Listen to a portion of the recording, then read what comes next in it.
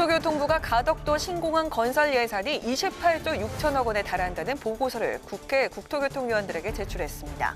이는 부산시가 주장하는 7조 5천억 원에 크게 웃도는 것으로 신공항의 경제성 논란이 예상됩니다. 유영민 대통령 비서실장이 국회 운영위원회에서 신현수 청와대 민정수석의 사의 파동에 대해서 사과했습니다.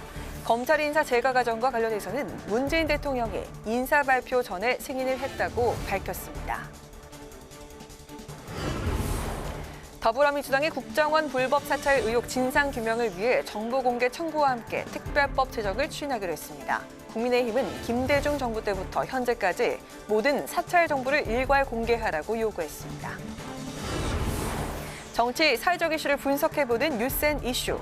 오늘은 아스트라제네카 백신 1호 접종자를 둘러싼 정치권의 논쟁과 신현수 청와대 민정수석의 사의파동, 그 연인에 대해서 짚어봅니다.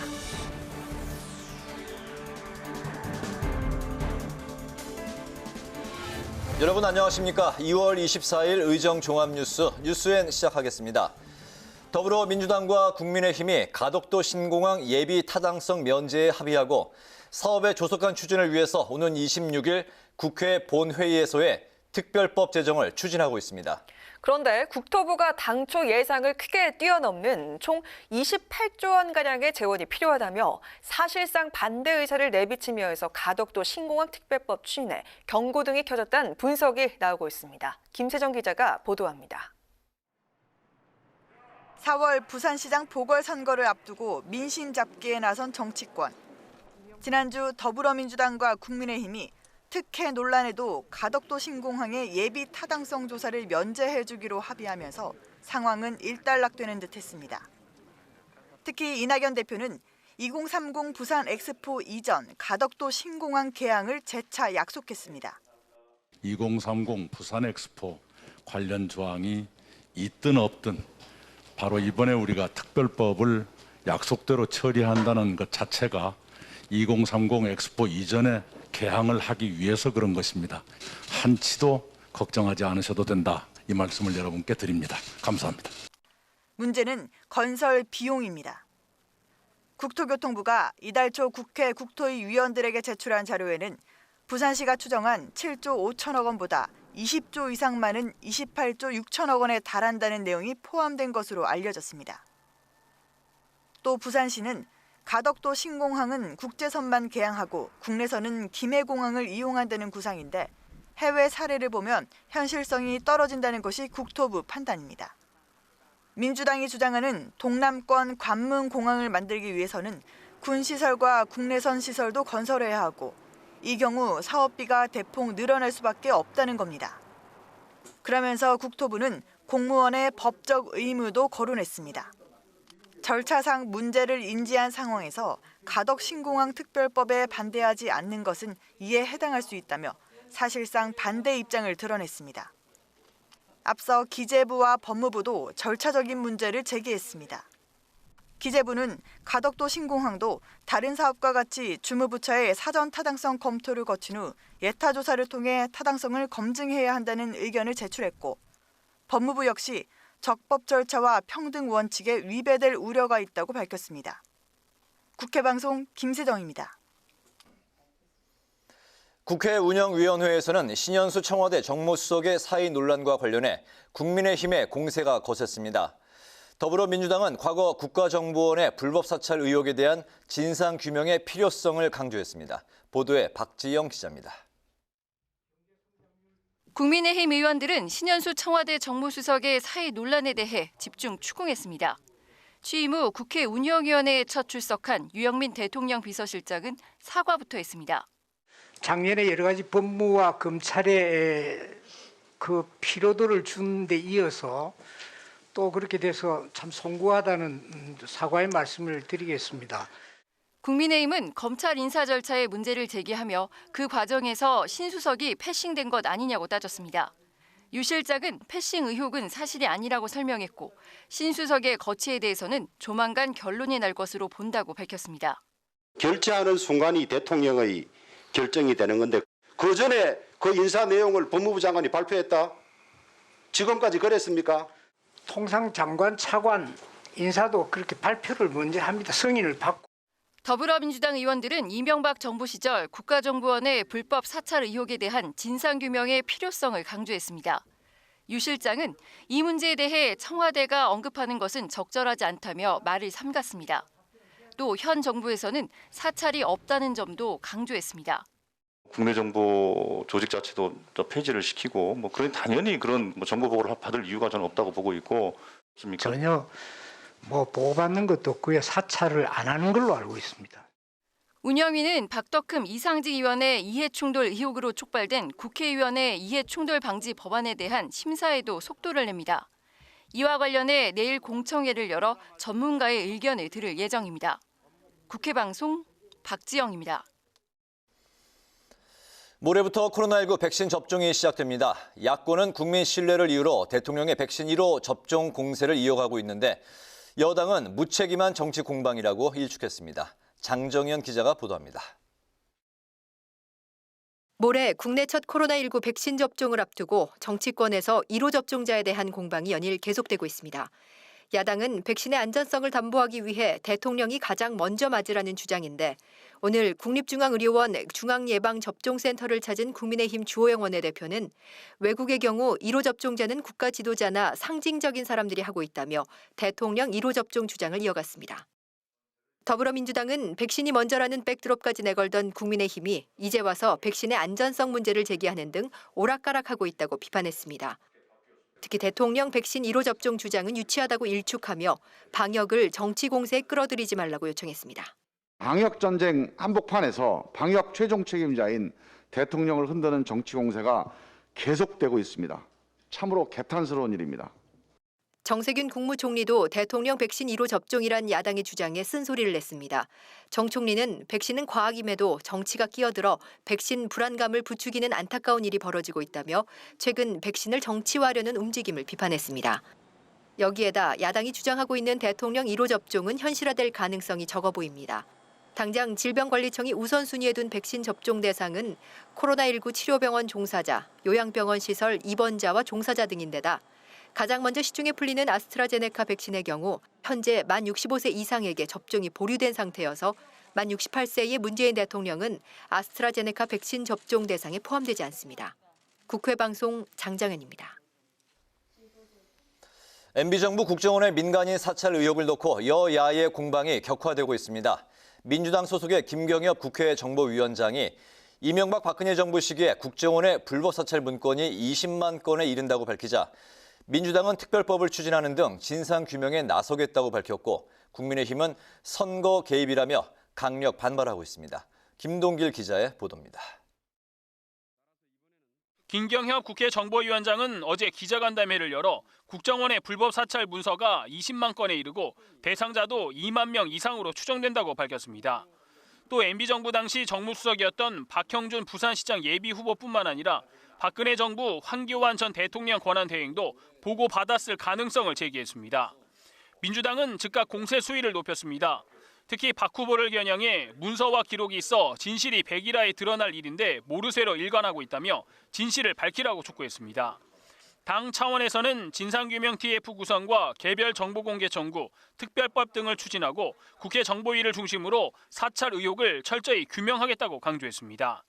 이명박 박근혜 정부의 청와대와 총리실이 어떤 경위와 목적으로 불법 사찰 문건을 보고받았는지, 보고받은 사람은 누구였는지, 보고받은 뒤에는 어떤 지시를 내렸는지 등등 진상을 철저히 밝혀야겠습니다. 국민의힘은 선거를 앞둔 정치 공세라며 반발하고 있습니다. 국정원 불법 사찰 의혹을 규명하려면 김대중 노무현 정부 당시 의혹까지 모두 공개해야 한다며 맞불을 놨습니다.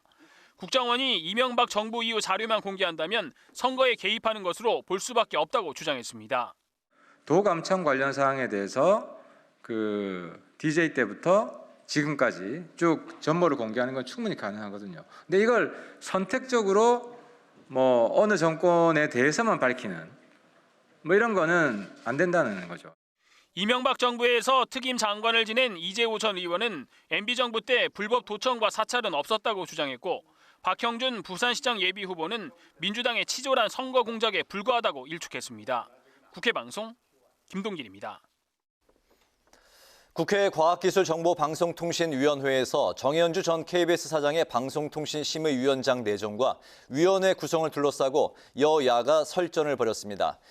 이어진 공영방송의 정치적 독립을 위한 개정안에도 의견이 엇갈렸습니다. 강민지 기자가 보도합니다. 지난달 방송통신심의위원회 임기가 마무리되면서 청와대가 다음 5기 방심위원장에 정현주 전 KBS 사장을 사실상 내정한 것으로 알려졌습니다. 그러자 국민의힘은 정현주 전 사장은 정치적으로 가장 편향적인 인사라며 방심위원장 내정에 반대했습니다. 문재인 정부는 정부의 비판적인 보도의 싹을 없애버리기 위해서 방송통신위원장에 정치 이념적으로 가장 편파적이고 편향적인 인사를 심겠다는 것입니다. 종편의 승인 심사권을 가진 방심위가 편파적인 영향력을 행사할 수 있어 국민의 알 권리가 침해될 수 있다는 겁니다. 더불어민주당이 여당 몫의 방심위원 명단을 제출한 것에 대해서도 여야 합의 없이 단독 상정한 건 하루빨리 보궐선거에 개입하겠다는 의도라고 주장했습니다. 민주당은 청와대가 추천 명단을 제출하지도 않았는데 벌써 인신공격성 발언을 하는 건 매우 유감스럽다고 말했습니다.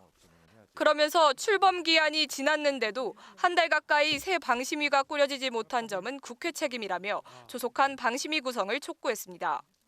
방심위가 빨리 꾸려져야죠. 지난번에도 방심위가 꾸려지는데 총 7개월이 걸렸습니다. 이 자체를 그냥 놓고 있는 것 자체가 저희 상임위의 직무유기이기도 하고요.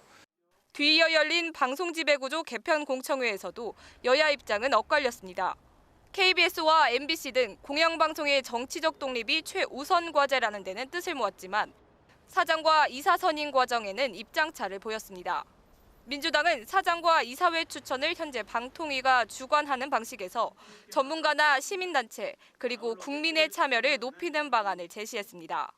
지금까지 공영방송의 이사회 구성하고 사장 선임 방식은 일방적인 구조였다고 판단합니다. 다양한 국민들이 참여하는 추천위원회를 통해서 공영방송 이사 선임에 대한 신뢰와 정당성을 확보할 수 있을 것으로 보입니다. 반면 국민의힘은 국민참여 추천위원회를 별도로 두는 건 비효율적이고 시민단체의 참여는 정부 지원을 받는 곳이 많아 정치적 독립을 하지 못하게 할 것이라고 우려했습니다. 민주당의 이 법안은 공영방송을 없애는 법안이다 이렇게 저는 생각을 합니다. 도영방송이 있고 권력방송이 있고 시민단체 방송이 있을 뿐 공영방송은 사라질 수 있습니다. 국회방송 강민지입니다. 더불어민주당은 주택 실거래가 허위 신고 의혹에 대해 부동산 거래 신고를 계약 당일이나 등기일에 하도록 하는 방안을 검토하겠다고 밝혔습니다. 김태년 원내대표는 오늘 최고위 회의에서 부동산 계약을 허위로 신고해 집값을 올리려는 것은 주가 조작이나 다를 바 없는 범죄 행위라고 비판했습니다. 이어 국토교통부가 허위거래 신고 실태를 전수조사해 부동산 시장 교란 세력을 발본색원해달라며 과태료 이상의 강력한 대처를 촉구했습니다. 민주당이 일자리 창출과 양극화 해소 등 공공이익과 사회적 가치를 실현하기 위한 사회적경제위원회를 출범시켰습니다. 위원회는 사회적 경제의 법적 토대를 마련하고 활성화하기 위한 사회적 경제 기본법 등 관련 법안들을 2월 임시국회에서 처리하겠다는 계획입니다.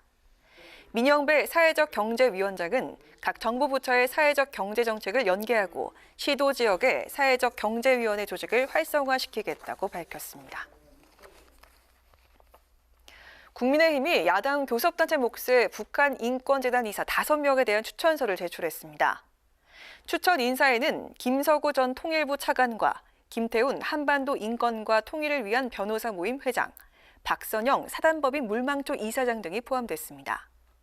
북한인권법은 북한인권재단을 통일부 장관과 국회 추천을 통해 12명의 사내 이사로 구성하도록 하고 있지만 정부 여당은 아직 추천하지 않고 있습니다. 국민의힘이 다음 국회의원 선거에서 비례대표 당선권 25%의 호남 지역 인사를 추천하도록 당규를 개정했습니다. 국민의힘은 오늘 상임전국위원회를 열고 직전 총선 정당 득표율이 15%가 나오지 않은 지역의 인사를 비례대표 후보 순위 20위 이내 4분의 1 규모로 우선 추천하도록 하는 내용의 당규 개정안을 통과시켰습니다. 국민의힘은 이번 개정안은 당 약세 지역이었던 호남 지역을 배려하고자 하는 의지를 담았다며 국민 통합의 초심을 잊지 않겠다고 강조했습니다. 검찰이 담당하는 이른바 6대 범죄 수사를 중대범죄수사청, 즉 중수청이 수사하도록 하는 중수처법 추진을 놓고 여야가 논란을 벌이고 있습니다. 민주당 내 일부 강경파는 중수처법을 상반기 내에 처리하겠다며 속도를 내고 있고, 일각에선 속도 조절론에 힘을 실으면서 당내 의견이 엇갈리고 있습니다. 국민의힘은 이미 무소불위 기간인 공수처를 탄생시킨 정부 여당이 그나마 검찰에 남겨둔 6대 범죄 수사권마저도 박탈해 검찰을 무력화하는 악법을 추진하고 있다며 검찰 장악을 멈추라고 비판했습니다.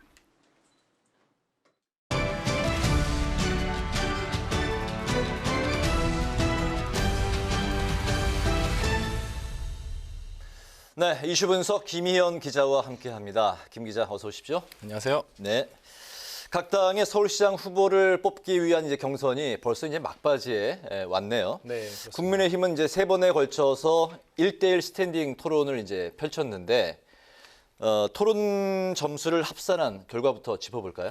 네, 국민의힘은 3번의 맞수 토론을 진행했고, 이 토론이 끝날 때마다 당원과 일반 시민이 참여한 이 1000명의 시민평가단을 통해 승부를 가려왔는데요. 네. 나경원 후보가 3전 전승을 거뒀고, 오세훈 후보는 어제 나 후보에게 지면서 2승 1패를, 그리고 조은희 후보는 1승 2패, 오신환 후보는 3패를 기록했습니다. 네, 나 후보가 3전 전승을 거뒀는데 경선에 어떤 결과에 영향을 미칠 수 있을까요? 네, 이 1000명의 시민평가단이 서울의 민심이다 이렇게 보기까지는 좀 어렵지만요. 네. 당내 여론은 나 후보 쪽이 좀 우세하다 이렇게 볼 수는 있을 것 같습니다. 또 토론 결과가 이 경선에 직접적으로 반영되진 않지만 또 여론전에서 유리한 점이 있습니다. 네. 특히 국민의힘 경선은 이 여론조사 100%로 결정되기 때문에 여론전이 더욱 중요한데요. 실제 어제 언론사마다 나경원 전승 또는 나경원 승리라는 제목의 보도가 여러 나가기도 했습니다. 마치 승자가 된 것 같은 그런 네, 홍보가 그렇죠. 될 수 있다는 그런 측면이 있다는 거죠? 그렇습니다. 네, 이런 그 후보자 간의 1대1 토론 방식이 어떤 그 후보의 경쟁력과 그 후보의 정책을 살펴볼 수 있다는 면에서는 긍정적인데 또 이 토론에 대한 부정적인 평가도 나오고 있다고요? 네, 이 토론의 승패가 갈리는 부분이 너무 흥행에만 집착한 인기 투표가 아니냐 이런 지적이 나오고 있습니다. 네. 특히 조은희 후보는 시민평가단의 결과가 토론과 상관없이 나오는 것 같아서 좀 아쉽고, 또 당협별로 당원과 시민을 시민평가단에 참여시킨 건 이 정치 신인에게는 좀 불리한 기울어진 운동장이라고 비판했습니다. 또 1대1 토론 방식에 대한 부정적인 견해도 있는데요. 오세훈 후보는 1대1 방식이다 보니 정책 비전이나 공약 검증보다는 상대방 후보를 깎아내리려는 논쟁으로 흘러서 아쉽다고 밝혔습니다. 네, 이 토론을 통해서 우열 관계가 이게 좀 예상과 빗나가지 않기 때문에 더 이제 열세에 있는 후보들 간에는 이제 좀 그런 불만이 더 있는 것 같습니다. 네. 아직 그 국민의힘 경선 일정이 다 끝난 건 아니죠? 네, 그렇습니다. 아직 민심을 잡을 기회가 2번 더 남아 있습니다. 26일과 다음 달 1일에 4명의 후보가 모두 참여하는 합동 비전 토론이 열리는데요. 이후에는 이제 여론조사에 돌입합니다. 국민의힘은 다음 달 2일부터 이틀 동안 여론조사를 거친 뒤에 네. 4일에 서울과 부산시장 후보를 확정할 계획입니다. 네, 민주당에서는 이제 잠시 후에 이제 7시부터 박영선, 우상호 후보가 이제 또 경합을 벌이게 되는데 맞습니다. 라디오 토론회를 이제 펼치잖아요. 네. 이 토론의 그 관전 포인트를 좀 짚어볼까요? 네, 이 각자 내세운 공약이 가능한지 진정성을 보여주는 게 핵심이라고 보는데요. 네. 왜 그러냐면 두 후보가 이 비슷한 공약을 내면서 지원 규모 경쟁을 벌이고 있기 때문입니다. 이 청년 창업과 일자리 지원 공약이 대표적인데요. 박 후보가 어제 서울시와 산하기관이 5천억 원 규모의 모태 펀드를 조성하고 네. 민간 투자를 받아서 1조 원 규모의 펀드를 조성하겠다고 밝혔습니다. 그러자 우상호 후보가 당초 예정에 없던 일자리 공약까지 발표하면서 박 후보보다 1조 원 더 많은 2조 원의 청년 무한 펀드를 조성하겠다고 맞대응했습니다. 네. 또 이 경부고속도로 지하화를 통한 주택 공급을 내세운 박 후보와 강변북로와 올림픽대로 주변에 인공부지를 조성해 공공주택을 공급하겠다는 우상호 후보 간의 부동산 정책 공방도 치열할 것 같습니다. 그렇군요. 이렇게 이제 민주당의 경선 일정도 끝나가는데 남은 일정은 어떻게 됩니까? 네, 이 민주당 서울시장 예비후보 경선의 선거운동이 내일이 마지막입니다. 내일 지상파 TV 토론회가 예정돼 있는데 이 두 후보에게 중요한 승부처가 될 것 같습니다. 민주당은 당원 50%, 여론조사 50%로 26일과 27일에 온라인 투표를 실시하고요. 네. 28일과 다음 달 1일에는 ARS 투표를 진행해서 이 합산 결과로 서울시장 후보를 최종 확정할 계획입니다. 3월 1일에 확정을 한다고요? 네. 그 열린민주당에서 이제 김진애 의원이 있는데 서울시장 후보로 이제 나섰는데 범여권 단일화 움직임이 이제 나오고 있는데 그 진행 상황이 현재 어떻습니까? 네, 이 더불어민주당과 열린민주당이 서울시장 후보 단일화 논의에 착수했습니다. 이 김진애 후보는 일찌감치 단일화를 제안했고 민주당의 답변을 기다리고 있는 상황이었는데요. 민주당에서 오늘 공식화했습니다. 최인호 수석 대변인은 최고위원회의 후 기자들을 만나 단일화 성사 여부를 잘 판단하고 내실 있게 추진하자는 공유가 있었다고 밝혔습니다. 네. 실무 협상은 김종민 민주당 의원과 강민정 열린민주당 원내대표가 맡은 것으로 전해졌고 민주당 서울시장 후보가 확정되면 단일화 절차를 시작하겠다는 계획입니다. 이후에 민주당은 조정훈 시대전환 후보와도 단일화를 추진할 것으로 알려졌습니다. 네, 그러니까 범여권도 이제 단일화로 가는 분위기네요. 네, 단계적으로 열린민주당하고 그 뒤에 시대전환과도 또 추진을 하겠다 이런 얘기죠. 알겠습니다. 제3지대 단일화도 이제 살펴보죠. 안철수 이제 금태섭 후보 간의 2차 토론이 잡혔다고요? 내일 열린다고요? 네, 맞습니다. 안철수 금태섭 후보가 예정대로 내일 2차 토론회를 엽니다. 당초에 이 TV 토론회로 진행을 하려고 했는데 네. 각 단일화마다 한 번씩만 TV 토론을 할 수 있다는 이 선관위의 유권 해석에 따라 TV 토론은 못하고 유튜브 생중계로 진행을 합니다. 주제는 서울시 비전과 정책인데 두 후보 모두 앞선 1차 토론에서 정권 심판론을 내세웠던 만큼 이번에도 박원순 전 서울시장의 실정을 부각하면서 심판론을 내세울 것으로 보입니다. 제3지대 단일화는 26일부터 28일까지 사흘 동안 100% 모바일 여론조사를 거쳐 다음 달 1일에 결정을 짓습니다. 이 각 후보의 지지도냐 아니면 적합도냐 여론조사 질문을 두고 그 후보 간의 신경전을 벌였는데 결국은 여당 후보에 대한 경쟁력을 묻는 여론조사로 단일화 후보를 뽑기로 했습니다. 네, 우리 그 시청하시고 계신 분들을 위해서 김희연 기자가 지금 이제 짚어주신 것들을 잠깐 이제 각 당의 상황을 정리를 하면 국민의힘은 3월 2, 3일 이틀 동안 여론조사를 해서 4일 서울 부산시장 후보를 이제 확정한다는 거고 맞습니다. 민주당은 2월 26, 27일 양일간의 온라인 투표를 하고 또 28, 3월 1일 네. 이틀간 ARS 투표를 해서 두 투표의 그 합산으로 이제 후보를 확정을 한다는 거고 네. 제3지대 안철수 금태섭 후보는 2월 26에서 28일 사흘 동안 모바일 여론조사를 통해서 3월 1일에 후보를 확정한다는 거죠. 네, 맞습니다. 네, 자 오늘 이슈 분석은 여야 서울시장 후보 경선 현황에 대해서 짚어봤습니다. 김 기자 아주 수고했습니다. 잘 들었습니다. 고맙습니다.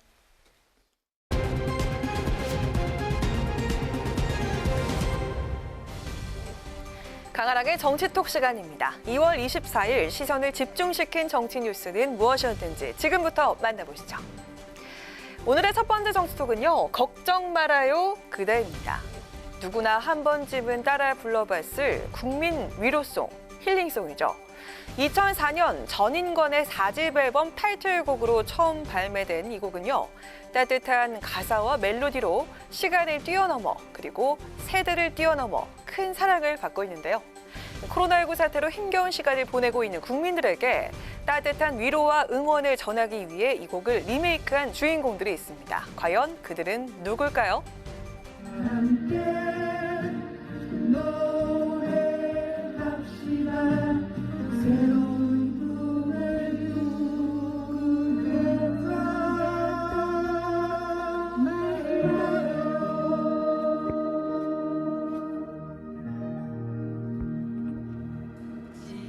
걱정 말아요 그대 리메이크의 주인공은요. 바로 기성 가수가 아닌 더불어민주당 정청래, 이모경 의원, 국민의힘 장제원, 허은하 의원입니다. 이번 프로젝트를 기획한 한국음반산업협회는 코로나19의 장기화로 경제 위기와 심리적 우울을 겪고 있는 전 국민을 위로하기 위해 음원을 발매한다며 특별한 가창자들이 참여해 색다른 감동을 선사할 예정이라고 밝혔습니다. 정청래, 이모경, 장제원, 허은하 의원은 아무 대가 없이 오직 공익의 목적으로 녹음을 진행했다고 밝혔고요. 국민 힐링송을 재탄생시키는 만큼 여야 의원들이 한마음 한뜻으로 뭉치게 됐다고 덧붙였습니다. 여야 의원이 함께 부른 걱정 말아요 그대 음원은요, 다음 달 1일에 음원 사이트를 통해서 발매된다고 하는데요. 새롭게 탄생하는 국민 위로송, 힐링송은 우리에게 또 어떤 감동을 전해줄지 기대해 보겠습니다. 이어서 오늘의 두 번째 정치톡입니다. 팔 걷었습니다. 입니다. 더불어민주당의 초재선 의원들 사이에서 코로나19 백신을 먼저 맞겠다는 선언이 이어지고 있는데요. 이름하여 팔 걷었습니다 챌린지입니다. 어떤 사연이 있는 걸까요? 야당의 백신 정쟁하는 방법도 방향도 틀렸습니다. 접종 순서마저 정쟁의 수단으로 악용하는 야당의 행태가 매우 유감스럽습니다. 백신의 안전성에 의문이 있다면 정치권은 나부터 먼저 솔선수범하는 자세가 필요합니다. 아스트라제네카 백신에 대한 불신 해소를 위해서 문재인 대통령이 1호 접종을 해야 한다는 야당의 공세에 맞서서 민주당 의원들의 팔을 걷어붙였습니다. 백신에 대한 불신 해소를 위해서 내가 먼저 맞겠다고 나선 건데요. 가장 먼저 릴레이를 시작한 이소영 의원은 백신에 대한 의구심을 해소하기 위해서 필요하다면 저는 언제라도 제 소매를 걷겠다며 방역 당국이 승인한다면 오늘 당장이라도 나서겠다고 밝혔습니다. 이어서 박주민, 김용민, 고민정 의원도 챌린지에 동참을 했는데요. 고 의원은 대통령을 끌어들여 마치 불안감에 접종하지 못하는 것처럼 정쟁화시켜선 안 된다며 그럼에도 끝내 백신을 믿지 못하겠다면 저라도 먼저 맞겠다. 백신의 정치화를 당장 멈춰달라고 말했습니다. 이 같은 움직임에 나경원 국민의힘 서울시장 예비후보는요. 대단한 충성 경쟁이라고 꼬집었습니다. 나 후보는 민주당 의원들이 일제히 대통령 엄호에 나섰다며 민주당은 역시 문 대통령 친위 정당 수준을 벗어나지 못하고 있는 것 같다고 말했습니다. 정치권에 불거진 백신 1호 접종 논란, 소모적인 논쟁이라는 목소리가 높습니다. 무엇보다 국내 코로나19 첫 번째 백신 접종이 이제 이틀 앞으로 다가온 만큼 정치권은 정쟁보다는 차질 없는 백신 접종에 힘을 모아야 한다는 사실을 잊지 말아야겠습니다. 지금까지 강은하의 정치톡이었습니다.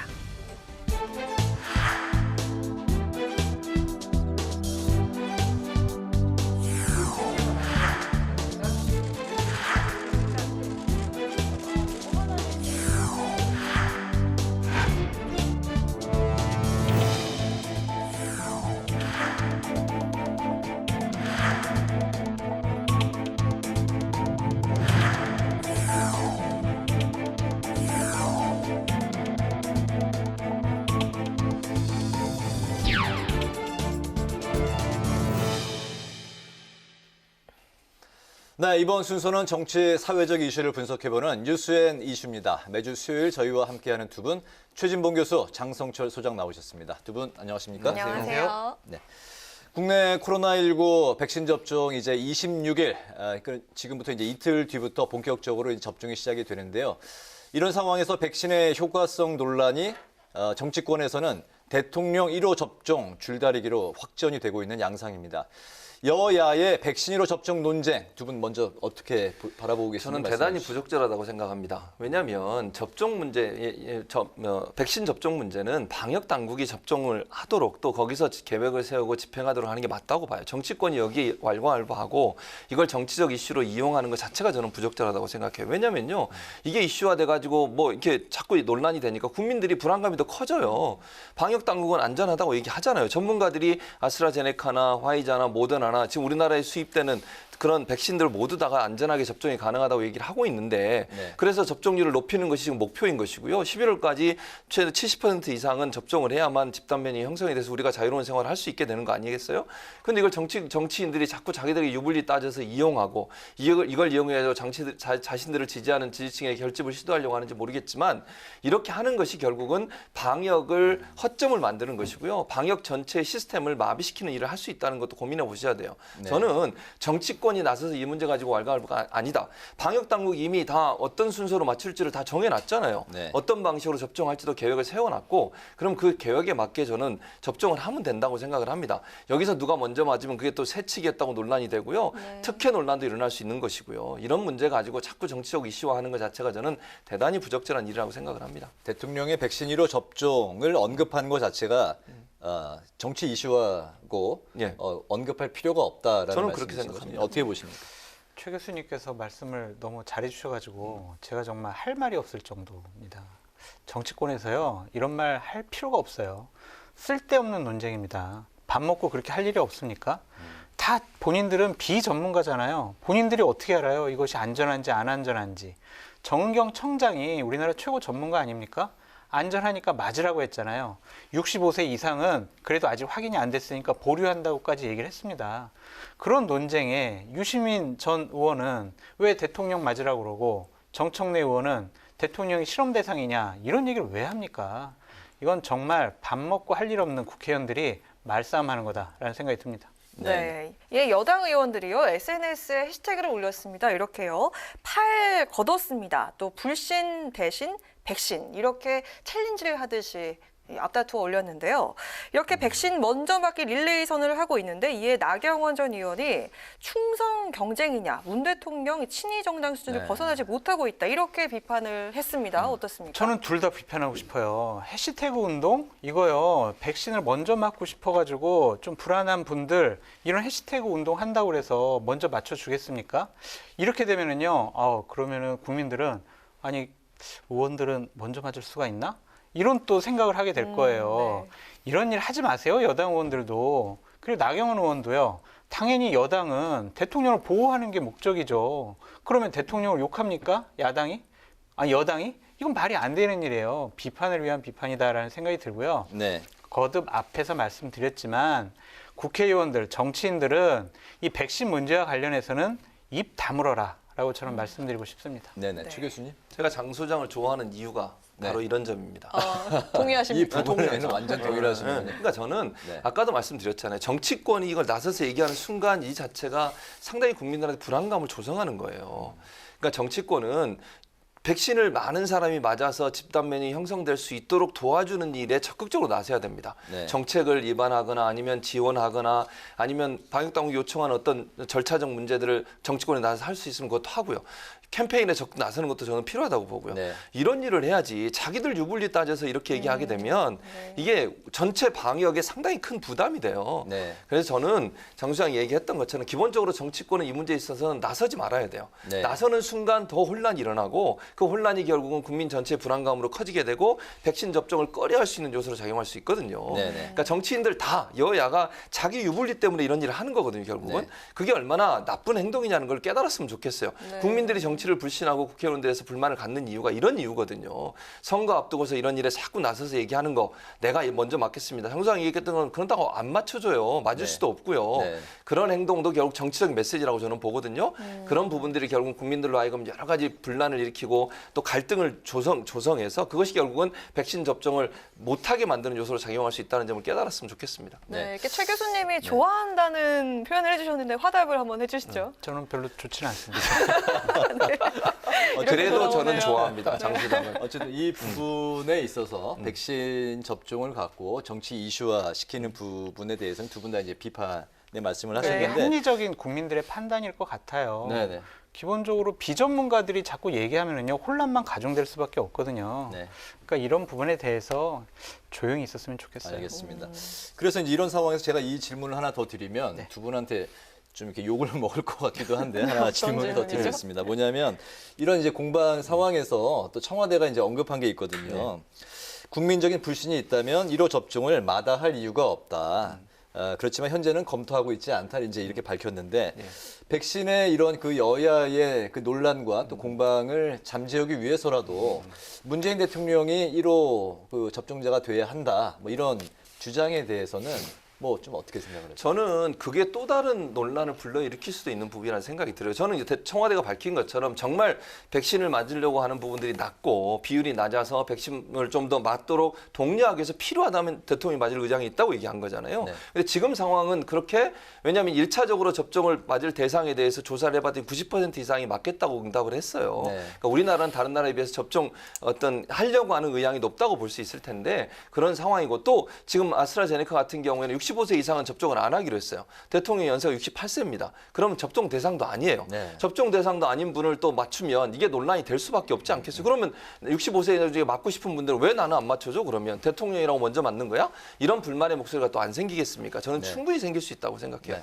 그래서 저는 이런 논란 자체가 불필요하다고 보고요. 대통령이 지금 상황에서 의향이 있다고 표현한 것은 불신을 잠재우기 위한 하나의 방법이라는 생각이 들어요. 왜냐하면 일단 야당의 일부 인사가 그 얘기를 했고 여기서 가만히 있으면 마치 피하는 것처럼 보이고 백신에 대한 어떤 신뢰감을 떨어뜨릴 수 있는 요소로 작용할 수 있잖아요. 그래서 청와대 입장에서 의견을 밝힌 건데 그렇다 하더라도 아마 청와대나 대통령 입장에서는 질병관리청이 지금 계획을 세우는 그 계획대로 가는 것을 원할 거라고 보고요. 그렇게 해야 된다고 저는 봅니다. 그래서 저는 대통령이 1호로 맞냐 이 문제가 중요한 게 아니고 이런 걸 이슈화해가지고 정치적 이슈로 삼는 것 자체가 문제라고 보여지고요. 그래서 우리 국민들한테 꼭 당부드리고 싶은 것은 대통령뿐만 아니라 우리 전문가들이 모두 다 얘기하고 있잖아요. 전 세계적으로 지금 아스트라제네카 같은 경우도요. 영국 같은 경우에 입원율이 90% 이상 떨어졌어요. 이거 맞고 나서. 네. 그러니까 분명히 효과가 있고요. 그리고 이제 뭐 심각한 부작용은 아주 소수에 불과합니다. 그렇기 때문에 안전하다는 꼭 생각하시고 맞으셨으면 좋겠다는 생각이 듭니다. 네, 고령자로 분류돼서 이번에 또 1차 접종자가 아니기도 하죠, 대통령이. 그럼요. 네, 앵커님 부탁드리고 싶은 게 있는데 다음부터 이런 질문들이 있으면 저한테 먼저 좀 질문해 주세요. 알겠습니다. 교수님께서 말씀을 다 하셔가지고 제가 할 말이 없어요. 아니, 제가 의도한 건 아니고 대본에 순차적으로 이렇게 되어 있습니다. 아무튼 다음에는 제가 먼저 질문 드리겠습니다. 부탁드리겠습니다. 그러니까 전 세계 봤을 때요. 네. 대통령이나 국가 원수가 1호 접종자가 된 나라는 5개 나라밖에 없어요. 그러니까 나머지 나라들은 다 네. 적절한 시점에 최고의 지도자가 맞은 거거든요. 그렇게 맞으시면 될 것이다라는 생각이 들고요. 한 가지 이제 나머지 사항들은 교수님께서 잘 말씀해 주셨는데 앞으로는요. 이제 내일 모레부터는 백신 전국이 될 거예요. 뭐 청와대에서는 큰 이벤트를 해서 우리나라 국민의 안전을 담보하는 그러한 백신, 그러한 문재인 정부 이런 식으로 나갈 텐데 그게 자칫 잘못하면 4월 재보궐선거에 영향을 줄 수 있거든요. 그러니까 머릿속에 그걸 없앴으면 좋겠어요. 백신은 국민 건강을 위해서 하는 것이지 선거에 유리한 구도를 만들기 위해서 우리가 이벤트로 접근하면 안 된다라는 생각을 민주당이나 여당은 꼭 명심했으면 좋겠다라는 생각이 듭니다. 네, 다음 질문은 장 소장님께 먼저 드리겠습니다. 또 이 접종을 앞두고서 발생한 또 다른 문제가 있는데요. 바로 정부와 의협 간의 갈등입니다. 네. 의협은요, 총법 카드를 꺼내다가 한 발 물러선 그런 모습을 보이고 있고 또 반면에 야당 같은 경우에는요. 의료법 개정안 처리를 둘러싸고 좀 오락가락하는 행보를 보이고 있다. 이런 지적이 나오고 있습니다. 국민의힘은 바보 같은 짓을 한 거예요. 이 법안 같은 경우에는요. 처음에 여당과 같이 공동 발의하고 공동 처리했어요.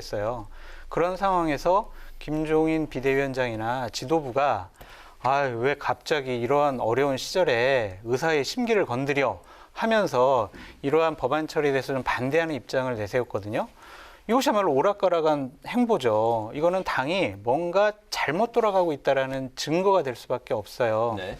그냥 까놓고 말씀드릴게요. 살인을 저지르고 성범죄를 저지른 그런 의사한테 나의 소중한 몸과 내 가족들의 수술을 맡길 수는 없어요. 안 그렇습니까? 무슨 일을 당할지 어떻게 합니까?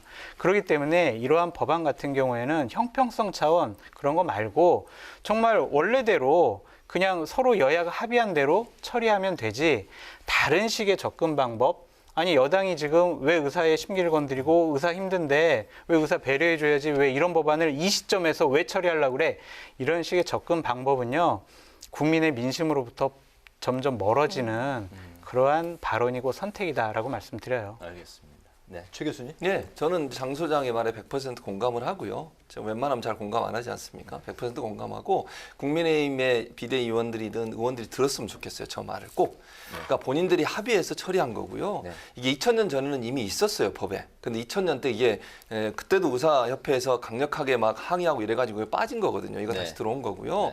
아까 말씀한 저는 100% 동의해요. 무슨 말이냐면 의사들이 성범죄 기울로 전문직의 성범죄 5년 동안 통계 내보면요. 의사들이 제일 많습니다. 600명 정도 되고요. 중대범죄, 살인 뭐 예를 들면 이런 것들도 대체로 2,800건 정도 돼요. 의사가. 그러니까 물론 의사 전체가 저는 그렇다고 보지 않습니다. 일부 의사의 일이지만 그러면 이 법이 만들어져서 그럼 이 법에 적용받는 사람이 몇 %나 되겠습니까? 저는 일부라고 생각해요. 왜 의사협회에서 나서가지고 이렇게 법 만드는 것을 반대하는지 제가 잘 모르겠고요. 그리고 지금 의사뿐만 아니라 변호사, 변리사, 심지어 법무사까지 다 다 공인에게서 마찬가지입니다. 이 법의 규정에 다 동일하게 적용받고 있습니다. 이런 문제를 가지고 본인들은 왜 예외 조항을 해야 되는지 저는 이해가 안 되고 가장 높은 도덕성과 가장 높은 생명 존중의 생각을 가져야 되는 분이 누구냐면 의사예요. 의사는 메스를 들고 있잖아요. 사람의 생명을 다루는 일이잖아요. 성범죄 저지르고 살인 저지르고 이런 사람이 메스를 들고 내 수술실에 들어온다고 생각을 해보세요. 얼마나 끔찍합니까? 그거 막기 위해서 법 만든다고 하는 건데 그것도 완전히 의사 면허를 취소하는 것도 아니에요. 5년 동안만 취소하는 거예요. 그런데 이렇게 뭐 아까 말씀하신 것 총파업 카드를 꺼내드는 것 저는 정말 부적절합니다. 국민의 생명을 담보로 본인들의 이익을 취하겠다는 것밖에 아닌 거잖아요. 국민들의 관점에서 보시면 의사분들 이러면 안 된다고 보고요. 국민의힘도 정치적 이해관계 때문에 이걸 의사협회를 지지하는 듯한 그런 발언하시면 안 돼요. 특히 김종인 비대위원장의 의사의 심기를 건드린다? 저는요 의사의 심기 살피시다가 국민의 심기를 건드리신 거예요. 그러시면 안 된다고 봅니다. 똑바로 장수장처럼 얘기해야 된다고 생각해요. 그것이 국민들의 마음을 얻으시는 방법이라는 생각이 듭니다. 근데 이러한 부분도 있어요. 그러니까 약사랑 같이 이제 비교를 해보면 좀 의사들이 억울해할 수가 있어요. 뭐냐면 약사의 면허 취소나 자격정지 취소는요 거짓으로 약제비를 청구했을 때 그러한 법령에 따라서 자격 취소나 면허 취소를 하거든요. 그러니까 금고 이상의 형을 받는다고 해서 약사들이 면허가 취소가 되질 않아요. 그러니까 이런 부분도 형평성에 맞게 좀 조정할 필요가 있다라고 말씀드려요. 네네. 다른 그 전문가 집단과 이제 동일한 그 잣대로 이제 법 개정은 이루어져야 되지만 죄질이 나쁜 경우에 이제 금고 이상의 형일 경우에 맞습니다. 적용이 돼야 된다. 뭐 그런 말씀인 것 같습니다. 오늘 두 분 계속 한 팀에서 뛰시는 것 같습니다. 그러니까요. 의견 일치가 이루어지고 있네요. 네. 다음 주제로 또 넘어가 보겠습니다. 오늘 열린 국회 운영위원회에서 청와대 업무 보고가 이제 진행이 됐는데요. 뜨거웠던 쟁점은 역시 민정수석 사의 파동이었는데요. 신수석이 없는 신수석 국회였다는 소리가 들리고 있습니다. 오늘 운영위 유영민 대통령 비서실장이 대신해서 혹독한 데뷔전을 치렀습니다. 그 화면부터 보실까요? 참 송구하다는 사과의 말씀을 드리겠습니다.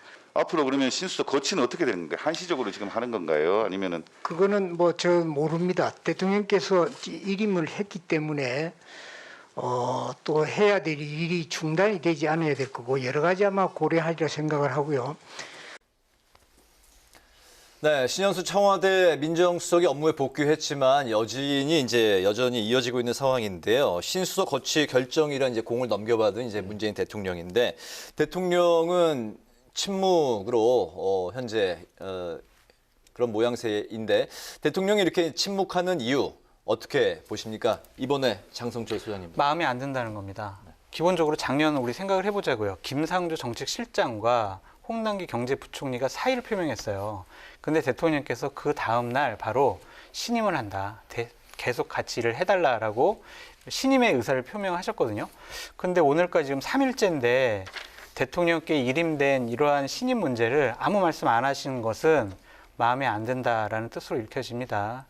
기본적으로 저는 제가 예측하는 건 솔직히 잘 안 맞고 우리 최준봉 교수님 예측하는 건 되게 잘 맞아요. 저번 주에도 저희가 내기를 했거든요. 네. 그러니까 신수석이 나올 거냐 안 나올 거냐. 저는 이제 그만둘 거다라고 했는데 교수님께서는 그만두지 않는다라고 얘기하시더라고요. 그래서 참 제가 교수님을 존경하고 좋아하는 이유긴 한데 불편한 동거가 한동안 계속될 것 같아요. 그러니까 예를 들면 4월에 있을 재보궐선거 때까지는 여권에선 최대한 리스크를 줄이려고 할 거예요. 만약에 신수석을 그 전에 자른다, 내보낸다, 사표를 받아들인다 이런 식의 일이 벌어지게 되면 지금까지 행태로 봤을 때 신수석이 나가서 되게 많은 말을 할 거예요. 지인들과의 카톡, 문자, 본인의 인터뷰 이걸 통해서 많은 말을 하게 되면 결국에 그 부담감은 청와대, 여권에 갈 수밖에 없다. 그러한 리스크를 줄이기 위해서라도 4월 재보궐선거 전까지는 유임을 하되 그 이후에 적절한 시점에 사표를 받아들이고 좀 다른 분을 구하려고 하지 않을까 생각이 듭니다. 대통령의 침묵의 의도는 4월 그 재보궐 선거를 기점으로 인사 이동이 있을 수 있다는 이제 그 말씀이신 것 같습니다. 일단 앞부분에 그러니까 장 소장이 얘기하신 4월까지 당연히 저는 그럴 거라고 봐요. 근데 그 이후에도 어떻게 될 거냐, 이제 저는 개인적으로 그런 생각은 들어요. 이번 침묵이라고 하는 것이, 대통령의 침묵이 신수석에 대한 일정 부분의 어떤 서운함의 표현일 수 있다고 봅니다. 왜냐하면 이게 겉으로 드러나는 게 문제거든요. 그러니까 내부적으로 예를 들어서 신수석이 불만이 있어서 대통령께 얘기하고 뭐 이런 거는 충분히 가능하다고 봐요. 법무부 장관과 갈등이 있었고 이런 상황에서 이렇게 되는데 본인의 의견은 이렇습니다라고 얘기하는 거는 가능하다고 보거든요. 근데 이게 이제 외부로 노출이 됐잖아요. 본인이 사의를 표명하는 것 자체가 사실은 외부로 노출되면서 상당히 청와대나 현 정부에 부담이 되는 그런 이슈가 돼버렸어요. 대통령 입장에서는 그게 그렇게 크게 좋은 현상이라고 보지 않을 수 있지 않겠습니까? 신수석에 대한 믿음도 저는 있었다고 보거든요. 대통령 입장에서. 20년 동안 오랫동안 함께 했었고 본인의 마음을 잘 이해할 거라고 생각했는데 신수석이 그런 어떤 외부로 노출된 여러 가지 행동들 때문에 서운함이 일정 부분 있을 거라고 저는 개인적으로 생각을 합니다. 그래서 아마 이제 이 신임 문제도 약간 시간을 두고서 가는 거가 그런 이유가 되지 않나 하는 생각이 들고요. 다만 그럼에도 불구하고 저는 이제 장 수장은 4월 이후에 이제 아마 사퇴를 하거나 아니면 사표를 수리할 가능성이 있다고 보셨는데 저는 아닐 가능성도 저는 좀 있다고 봐요. 왜냐하면 더 갈 것이다. 네, 그럴 가능성도 어느 정도 있다고 봅니다. 신수석도 일정 부분 일임했다는 말은 대통령이 어떤 결정을 하든 본인은 받아들이겠다는 거잖아요. 그래서 어느 정도 본인의 태도가 대통령한테 부담이 됐다는 것에 대한 인정이기도 해요, 이거는. 제 말은 사과의 측면도 일정 부분 있다는 말씀을 드리는 거예요. 그렇기 때문에 대통령이 시간을 어느 정도 두는 것은 서로가 사과한 걸 받아들이는 형태로 갈 가능성이 있다고 보여지고요. 이 이후에 신수석의 태도는 일정 문재인 정부가 마지막 1년 정도의 시간을 잘 마무리해서 국정을 잘 마무리하고 마칠 수 있도록 하는 역할을 할 거라고 저는 보기 때문에 마지막까지 같이 갈 것이다. 그럴 가능성이 저는 있다고 봐요. 그래서 현재로서는 이런 이제 갈등의 문제가 불거져서 논란이 되지만 신수석과 대통령의 지난 2년들을 본다고 하면 계속 갈 가능성이 있지 않나 하는 생각이 듭니다. 네. 이제 마지막 질문 드리도록 하겠습니다. 검찰개혁 시즌2는 여전히 불씨로 남아있는 것 같은 그런 느낌이 드는데요. 문 대통령 경우에는 검찰개혁 숨고르기를 주문했다는 해석이 나오고 있지만 여당의 강경파는요. 검찰 수사권 완전 박탈, 검수완박, 가속 페달을 밟았다. 이런 표현을 할 수 있을 정도로 강경하게 나오는 그런 모습입니다. 당청의 미묘한 온도차가 느껴지는데 이 부분 어떻게 보시는지요? 이게 중대범죄수사청이라는 설치 때문에 그래요, 이 기구를. 그러니까 이 중대범죄수사청이 설치가 되면요, 현재 검경 수사권 조정으로 검찰에는 6대 범죄만 수사하게 돼 있는데 그것도 다 박탈하겠다는 거예요. 검찰은 그냥 공소 유지만 하고 공판 업무만 해라. 너희들 수사 지휘 할 생각하지도 말고 기소도 할 생각하지 말아라. 이제 이런 뜻이거든요. 이것이 바로 저는 신현수 수석과 여권 핵심부와의 갈등의 큰 고리라고 생각이 들어요. 검찰 수사하고 있는데 아니에요? 잘못한 사람들 수사해가지고 조사해서 법정에 세우는 게 검찰이 할 일인데 거기로부터 수사권을 다 뺏는다? 왜 그래야 되나요? 이 수사권을 뺏으려면요. 두 가지 전제 조건이 있어야 돼요. 하나는 수사를 잘 못해서 너희들은 능력이 안 되니까 수사하지 마. 이렇거나 아니면은 이 사람들이 인권을 침해해서 여러 가지 부작용이 나왔을 때 도저히 너희들은 수사하면 안 돼 라고 생각을 하거나 그 두 개 문제가 아니면은 이렇게 수사권 박탈하면 안 돼요. 근데 검경 수사권 조정으로 지금 이러한 시스템이 갖춰진 게 50일밖에 안 됐거든요. 상황을 판단하기에는 당연히 시간이 너무나 작아요. 그럼 왜 이런 일을 벌이냐? 결국에는요, 수사권을 다 없애가지고 권력을 향한 수사를 하지 못하도록 하는 검찰 장악입니다.